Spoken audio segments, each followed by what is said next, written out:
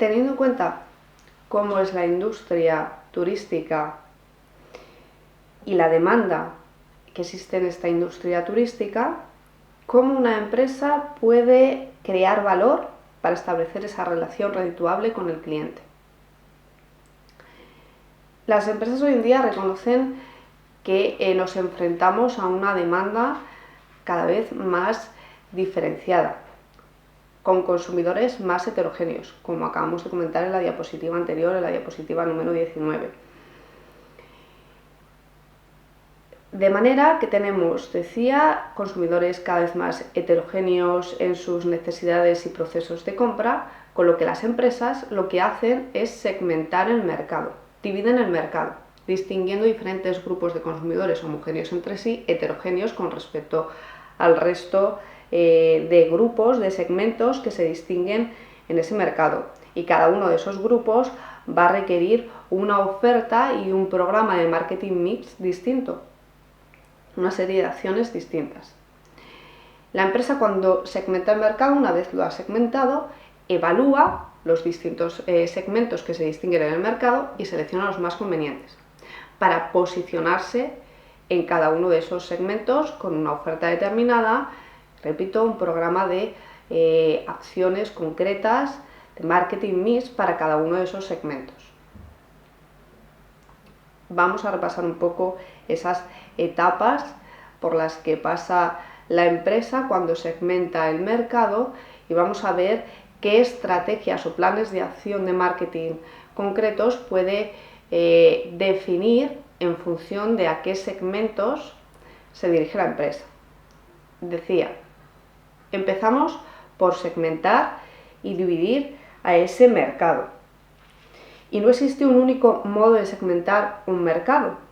La empresa debe combinar distintas variables para llegar a entender, a definir correctamente la estructura del mercado.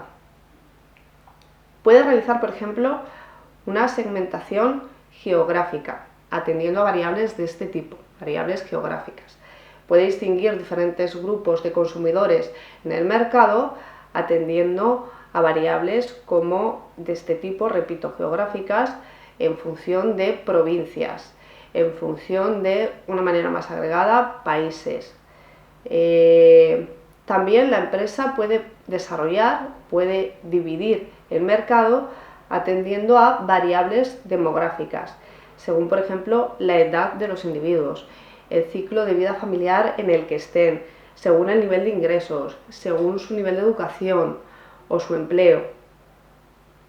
También lo que puede hacer es segmentar el mercado atendiendo a variables psicográficas, como por ejemplo el estilo de vida de los individuos o el tipo de personalidad que tienen los individuos. En función de esto puede hacer esa distinción en el mercado de diferentes grupos de consumidores. Puede también optar por segmentar el mercado de acuerdo a la conducta de los individuos, a su actitud hacia un determinado producto, a los usos que hacen de un determinado producto, al conocimiento que tienen de un determinado producto o servicio. Aunque decía, normalmente la empresa, para poder entender adecuadamente esa estructura del mercado, lo que hace es combinar esas variables de segmentación que podéis ver en la diapositiva número 21. Cuando ha segmentado el mercado, evalúa los distintos segmentos y selecciona los más convenientes. ¿Cómo evalúa esos distintos segmentos que ha distinguido en el mercado? Los evalúa de acuerdo a su tamaño y a su crecimiento, al volumen de ventas que existe en cada uno de esos segmentos en el mercado. Pero normalmente los segmentos más grandes, en términos de ventas, son segmentos en los que se sitúan las empresas más poderosas y más grandes, de manera que las más pequeñas, cuando tratan de lanzar su oferta, tienen en cuenta otra serie de aspectos a la hora de evaluar esos distintos segmentos del mercado.